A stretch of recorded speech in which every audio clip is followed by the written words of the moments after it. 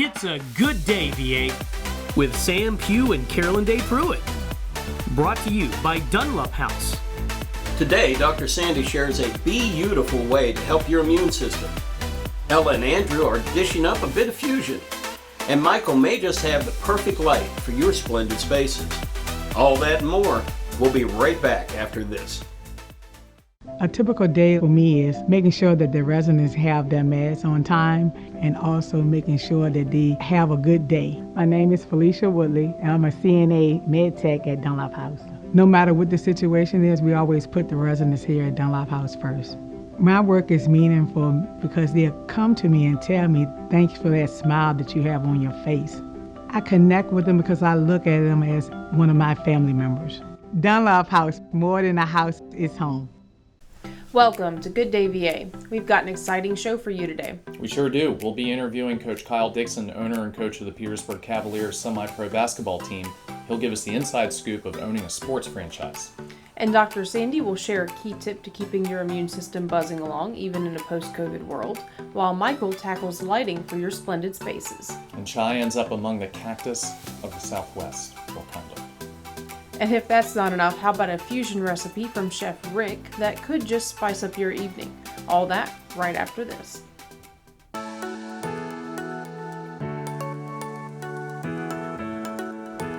Yes, you can still get haircuts, colors, highlights, waxing services, everything that's going to make you look great right here at the Apothic Company.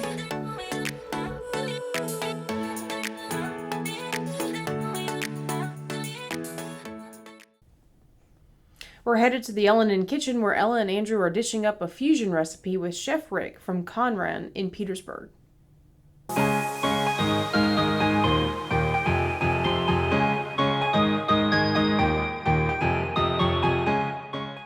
Welcome. Today we're really excited to have Rick Bogan from Conran in Old Town Petersburg. Excited for you to be here and can't wait to see what we're going to make. Yes, we're really excited. What have you got for us today? We're making a Korean dish called bulgogi. It's a mix of ribeye and seasonings, and we do a little bit of difference just because it's our way and we're doing a little fusion style. How do you define fusion? I know you consider yourself a fusion chef. Or Well, how we do it is, we take different seasonings from different backgrounds and we use it all in different dishes. So walk us through the process of how you start this marinade. All right, so first we take a little bit, about 2 ounces of honey. All right. About 1.5 ounces of soy. Nice. All right. About 1 ounce of sugar. All right, we'll give that a little bit of a whisk just to get that going. How did you get interested in this style of cuisine? Well, when I was training for teppanyaki, I also side worked at an Asian fusion restaurant out in Iowa. And it just was a little bit more interesting than cooking teppanyaki to me, so it kind of stuck with me. Nice. All right, little sesame oil. And it's about a tablespoon. There we go. So for those not familiar, what is a teppanyaki cuisine? Teppanyaki is when, you go to little places they cook in front of you. Mm-hmm. Yeah, it's basically that style. Teppanyaki is what they would call that kind of grill. So is this going to be a spicy dish? This right here? It has a little sweet and spice to it. Sweet and spicy, yes. Nice. Yeah. A little bit of pepper flake. And you're going to use this as a marinade for the meat. And Yes. how long typically does the meat stay in the marinade? Usually the meat would stay in the marinade for about 24 hours, Okay. but you at least want to give it 12 hours. But today, a little bit of rush. I could cut a couple of corners. All right, and the garlic we will save to a little bit later. But now, Now, I noticed one little ingredient that snuck by. Is that just plain household pepper? yep, Put in? plain ground Perfect. pepper. Yep, Perfect. very simple. All right, we're going to add our meat. And that's, did you say it was ribeye? Ribeye, yes. Ribeye, yeah. Yeah, shaved ribeye. So this is on the menu at the restaurant? Yes, ma'am. It's a little bit different, but this is my style, what we cook at home. Okay. There we So go. you cook like this at home as well? Yes, I don't have a choice. My wife would kill me. All right. So now that we have everything of our sauce base, now we're going to do a little bit of grounding of our Korean pear and onion with a little bit of water. That'll give us a nice little texture with the dish as well. So those are Asian pears? Yes, it's a Korean pear. A Korean pear. That one gives a little texture, almost like an apple. Yeah. A little sweetness. Not too sweet though. We add A little water. about 3/4 of water. There we go.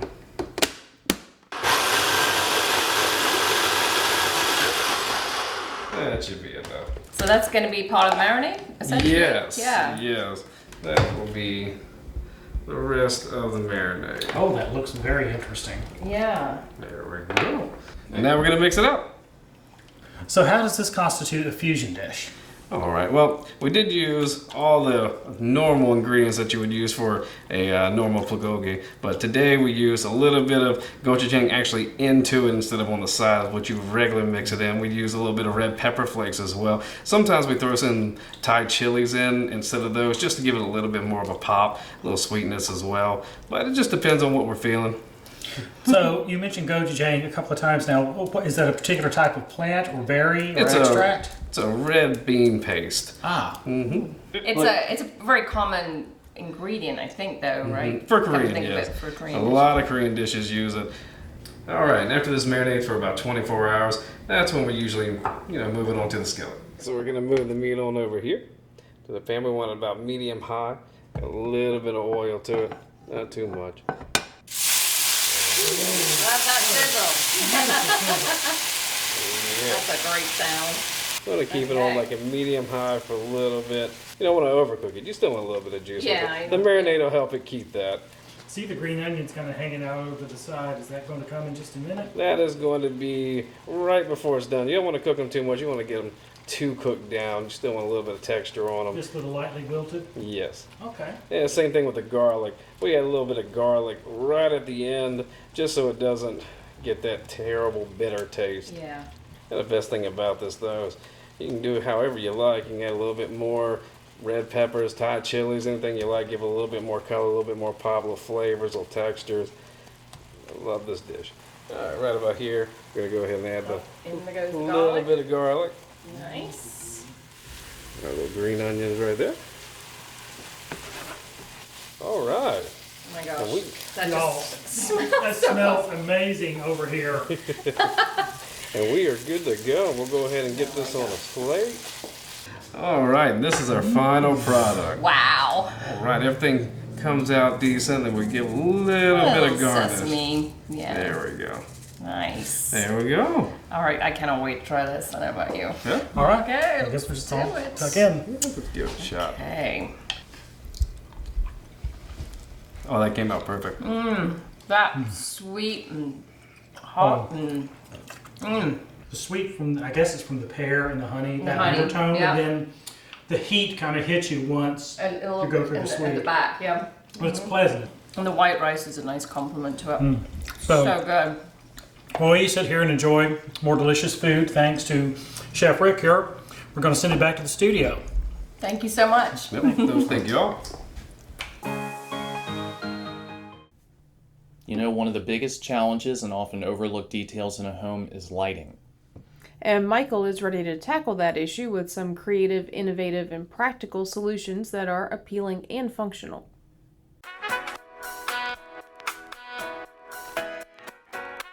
You know, I always tell clients beauty is only a light switch away. And everyone needs good lighting in their home, not just to make yourself look better, but to make everything in your home look better. So here is my top 5 lighting trends for your home. Number 1, sphere and bubble lights. Much like this sphere and bubble light right here on my desk, the new lighting fixtures coming out are feminine and bubbly, like a glass of champagne. These lights go anywhere from your master bath to your formal dining room. They can dress down a space, but also give it a nice bit of a modern or mid-century modern edge. Number 2, rattan and natural fibers. So we all remember our grandmother's caned furniture with all that wonderful pattern that would leave on your skin when you sat down on it. This caning is now becoming really popular in lighting fixtures. Everything from natural wicker and rattan to that traditional hexagonal caning pattern we're seeing come out up in your pendants and chandeliers. Number 3 is smart and high-tech lighting. Now, you see this more often in ceiling fans, where you have a ceiling fan that connects to your home's Wi-Fi, allowing you to control the direction and speed of the fan as well as the lighting from your smartphone. But we're seeing this more and more in all manner of light fixtures, from table lamps all the way to outdoor lighting and chandeliers. By controlling them from your smartphone, you can set scenes like dinner party or even homework time for the kids. This is a great way of automating a large portion of your day and controlling large sections of your house at once. These lights do all talk to each other, even if they're from different brands, because they all can go right through your home's Wi-Fi and be used by any third-party home control app. Number 4, matte black with mixed metals, and so particularly brass. So matte black is becoming a very popular finish in interiors, not just in lighting, but also in faucets and fittings, cabinet pulls, and other parts of the home where we saw previously silver and gold. We're now seeing a beautiful matte black, and nowhere is this more prevalent than in lighting. Entire chandeliers of matte black metal, and pendants over your island in matte black, all with chrome or plated nickel or brass accents, are a great way to add sharpness and contrast to a room while achieving a very, very soft and inviting look. Also, dark colors on objects make them look smaller and more petite, which means they don't take up as much visual space. So you can go bigger and bolder with your light fixture while it appears visually a little bit smaller in the room, allowing you to achieve a more dramatic look. And number 5, USB ports and charging stations built into your lighting. Yes, I know that sounds weird, but haven't we all loved going to a hotel and having that USB charging port right in your bedside lamp? Well, that is becoming a trend amongst most lighting companies. Now you can get your table lamps, bedside lamps, desk lamps, all with a built-in USB charging port, so you can plug in your phone or iPad or even your laptop while you're reading in bed, browsing the news, or sitting watching TV. This is a great way of integrating technology and keeping us connected right from an everyday object in your own home. It's time to catch a culinary wave. Fresh food, good vibes, and great service. From their homemade pickles, spreads, and hearty fresh-made sandwiches to their full bar featuring unique tropical cocktails.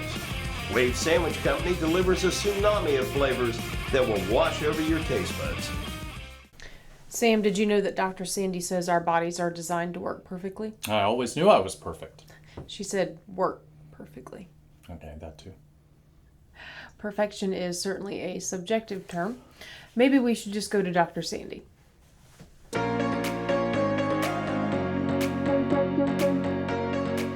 Hello, I'm Dr. Sandy Elbaum, and today we're about to talk about your amazing human body. Did you know that you were designed to work perfectly? And even if you're not working perfectly, your body is designed to heal itself. It's pretty awesome what happens. You have this thing called an immune system. You have lots of systems in your body, and they're all integrated and work together. And if one system isn't working, the other ones are going to do what they can to compensate, but eventually they're all going to take a hit. But this immune system is one that needs to be practiced, and it needs to be exercised. We're living in a time that's different than ever before. The big C word used to be cancer, and now it's COVID. Everybody's living in fear. And that fear actually damages your immune system as much as anything else. One of the things you can do to exercise your immune system is to expose it to the environment. If you are locked away in a bubble and you're not exposed to the environment, your body has no idea how to fight what it needs to. Any of you or parents can relate to this very, very well. I'm sure you've had times when some kid has brought something home from school or nursery and ended up with almost everybody in the family getting sick. Yet one person, oftentimes mom, she'll be the one that's cleaning up vomit and in the dredges and somehow manages never to get the bug that everybody else did. What do you think the magic was there? The magic was, is her immune system was strong enough it was able to fight no matter how much exposure she had. It's springtime. It's a time of sniffles and runny noses because we live in an environment with lots of things growing and blooming, which is my favorite time of year. But as a result of that, sometimes people suffer from the best time of the year. Get some natural honey that's local to your area. As a result of having the area trees and flowers that are bloomed and the bees visiting those, you're going to get just a little bit of exposure to that rather than the big dump of spring. And as a result, be able to enjoy outside. Hope you learned something today. Enjoy.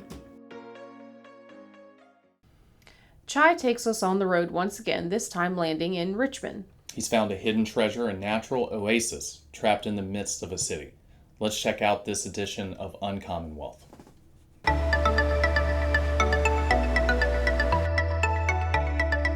This is Chai, and we are here at Lewis Ginter Botanical Garden. When Lewis Ginter passed away, his niece purchased the land from him, and she converted this house into a children's hospital, and it also served as her residence. Lewis Ginter Botanical Garden was founded in 1984 as a community-oriented nonprofit garden. The garden was made possible by Grace Arentz, who bequeathed funds to create the botanical garden. Lewis Ginter Botanical Garden has 50 acres of developed garden. And one of the highlights in those 50 acres is where we are now.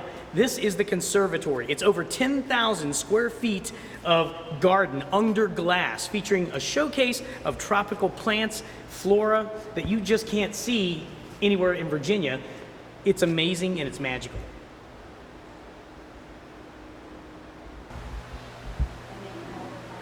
And for those of you who like to know what you're looking at, especially if it's beautiful, they have every plant here labeled. You're going to see the golden banana trees, the foxtail palms, the African lily, you name it, it's here, and you can learn and remember it forever. Want to take a trip to the Southwest? You can do it right here. There's a collection of cacti. Where's that cactuses? Here's one, the dwarf butterfly agave, the century plant, and you can read and learn about all of these other beautiful cacti. And while the weather outside might be frightening and very cold and frigid, you can take a trip to the gardens and stand inside the conservatory, and suddenly you're in a humid, tropical environment regardless of the time of year. We even found a home inside the conservatory. It's a home to gnomes and mushrooms. The kids will love this.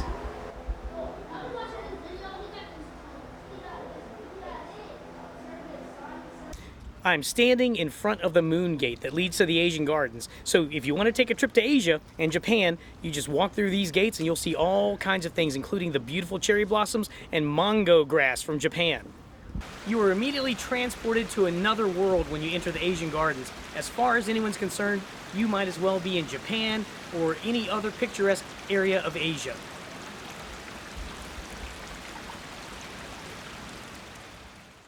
We're here at the Children's Garden, which features walkways, plants, a play area, and a treehouse, which I'm going to now. We're now at the Children's Treehouse, which is amazing, and it's a childhood dream for any child, including the one inside of you. The walkway here alone tells the story, and the view from inside here is magical. And while visiting Lewis Ginter, if you get the midday munchies, stop on by the Garden Cafe, orchestrated by Executive Chef Ann Hoppala. Come on down. And a perfect way to remember the day is a stop in the gift shop.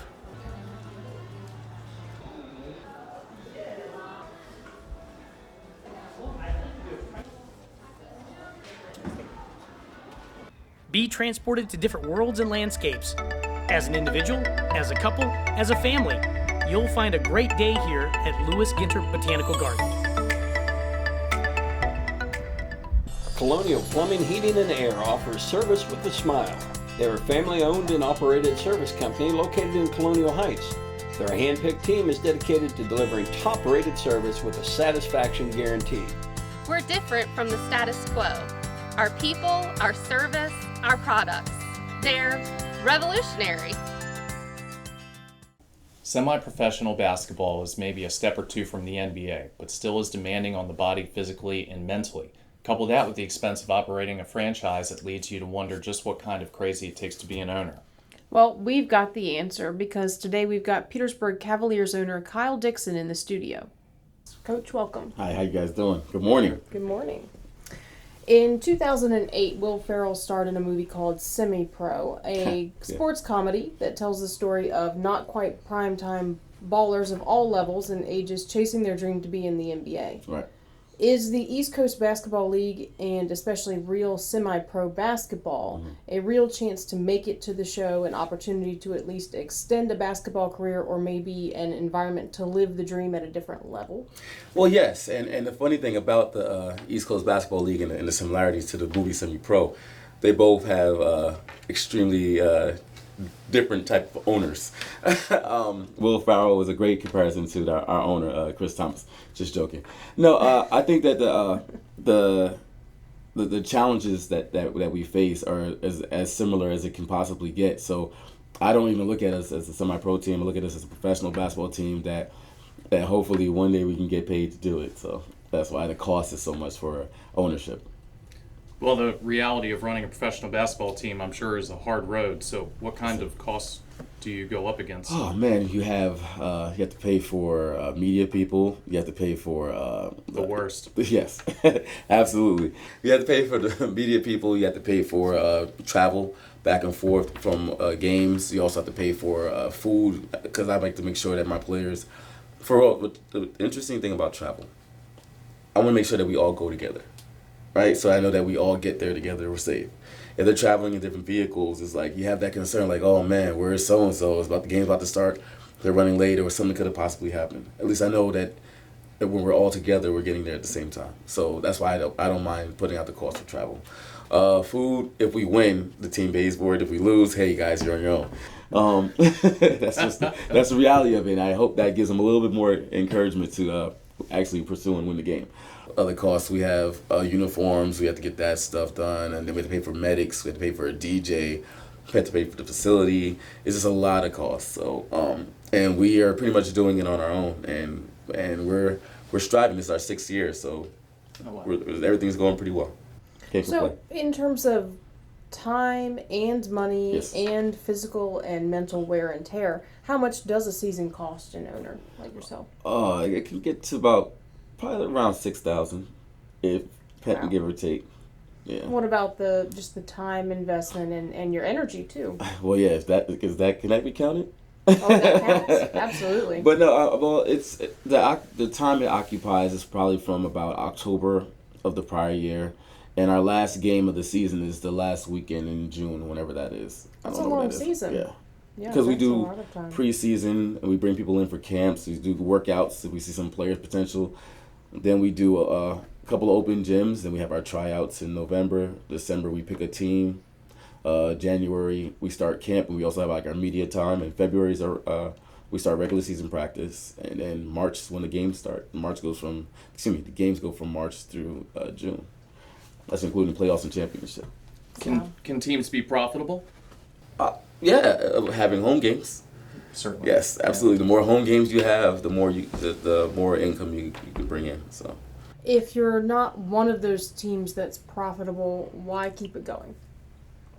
Oh, the love of the sport. The love of the sport and giving a person an opportunity. I think that's it's like my motivation, honestly, is to give that person an opportunity. We can get one person overseas, which we actually have done this season. One of our players in season was called to go. He's playing in Africa right now. His name is Deshaun Mormon, and he literally just got to Africa about I think it was about yesterday. He got to Africa and he left like sometime this weekend. It was like a long trip, I guess. I don't know. Wow. So he's over there right now, and wishing him the best of luck, and hopefully he'll be back before our season ends. So that's the thing. If we get one person overseas, then I think that we've done our job, because that'll bring notoriety to our team, to our league, and it'll help other players get the same opportunity. So what do you do to fill his shoes in the meantime? We have a very strong team. They're a very strong team, and we made sure that we had people in place that if anything happens to anyone, we can have somebody step up. Good plan. Yes, Is one of the goals here to move the emphasis from playing overseas to a minor league system in the States, so these folks can stay with their families and stuff? Absolutely. Honestly, when I spoke to some of the other members of my staff. I was like, hey guys, one of our biggest goals, we have a 5-year plan and we have our immediate plan. The immediate plan would be something like getting a mascot. That'd be pretty cool, right? Because we're the Cavaliers, get somebody walking around with a sword. That'd be pretty awesome. That's immediate. Because one of our immediate plans before that was getting cheerleaders. So we got that, so that's working, so that's in place. So we got immediate plans. But our 5-year plan, 10-year plan would be something along the lines of maybe attaching ourselves to either the Washington Wizards or the Charlotte Hornets, because they don't have G League teams or G League teams that I know about. So I think that would be a great idea to do. If that's the case, we could be their G League team and keep it in this area. I would not move it out of Petersburg. There would have to be an extension here because I want to make sure that Petersburg gets its notoriety because that's where we started. Awesome. And the East Coast Basketball League is a competitive 27-team league that was founded in 2014, and the Petersburg Revolution joined in 2016. So what led you down that path to start it, and how did you choose the East Coast Basketball League? Okay, well, the league was previously owned by a man by the name of Bill Slaughter, and himself and the owner of the league named Chris Thomas. The league was already established, and Bill Slaughter came in about 2016 and said, hey, I want to put a team in Petersburg, and then he came and got everything started. However, he had some of his own personal issues. He couldn't do it anymore. And the owner of the league, I was on his staff as far as a coach, and the owner of the league said, hey, someone has to step up or there's not going to be a team in Petersburg. Because I think at that time we were the only team in Virginia. Yeah. Oh, wow. Right. So if I didn't step up and take ownership of not only just the team in Petersburg, but representing Virginia in the league, we wouldn't have a team. So made tough choices. I don't think I was ready for it at the time, but it turned out that I guess I was more prepared than I anticipated. So in 2017, you changed the team's name from Revolution to the Cavaliers. Absolutely. Why? That's when I took it over. Just wanted to rebrand? Yeah, absolutely. Just wanted to rebrand, wanted to start our own thing. We do appreciate the players that was there and the ownership and everything that was there before. We acknowledge that, and we do appreciate and we accept and show love, but at the same time, it was our time to launch our own initiative and our own goals. So the ECBL is pretty competitive, I take it. What success have you had? Success? Oh, man. Our first year under the Revolution, we went to the Final Four and lost by 2 points. Follow year, we lost in the first round. Then we had a real, I'll just say tough year because we lost a lot of people from going overseas, so opportunities happen. So you had to rebuild. So that was our rebuild year. Then the year after that, we went to the Final Four. And last year, we went to the Final Four. So very impressive. Yeah, thank you. So it seems ironic that when you're extremely successful, that in turn forces you to have to rebuild. Absolutely. Because people move on. Yes. So the Cavs have a lot of avid fans, as we've seen on some of the video recaps. Mm-hmm. When people come out to see a Cavaliers game, what can they expect for the price of admission? A very competitive basketball game. Wonderful, absolutely adorable cheerleaders. We have the Lakemont Elementary School cheerleaders. Oh. Yeah. So I mean, they're there, they're cheering, they have the halftime. Hey, you guys got the whole halftime. Do whatever you guys want to do. Have a great time with it. Have fun with it. And then we have a great DJ that provides a host, and he gets the crowds involved. They do different challenges like a half-court shot, and most importantly, you have safety. Just for those 2 hours, maybe 3 hours, you know that you're in a safe environment and that you can go there with your family and have to worry about anything. So sounds like a good opportunity for some family time in Absolutely. Petersburg. Absolutely. Do you have expectations of bringing a championship home in the short term? Every year. Every year? Every year. That's the goal. Nothing short of it. And do you have the talent level at this point to compete with any team in the league? I think we do. I think we do. Even with one of our, because that guy that went overseas is one of our starters. Even with him gone, I think that we definitely have a chance, and when he comes back, we'll have a better chance. So what's the end game here for you? What is the big dream that you're chasing? The big dream that I'm chasing? I don't know yet. I don't know. We're gonna see. We're still living it. TBD? Okay, to determine. Absolutely. I like that. Well, very good. Well, thank you so much for taking the time to sit and talk with us today. This has been a great conversation. It's been great. I enjoyed it. Yeah. Thank you. Special thanks to Dr. Sandy for letting me feel perfect for at least a few seconds. And as always, a special thanks to Dunlop House for allowing us to bring you the show. Also, many thanks to our advertisers and especially to you, our viewers, for supporting the show. As a special viewer bonus, we'll be giving away 2 sets of tickets for admission to Lewis Ginter Botanical Gardens. That's right. Just send us an email telling us what you like about the show or who you could do without, and you'll be added to the drawing. Be sure to include your name in the email.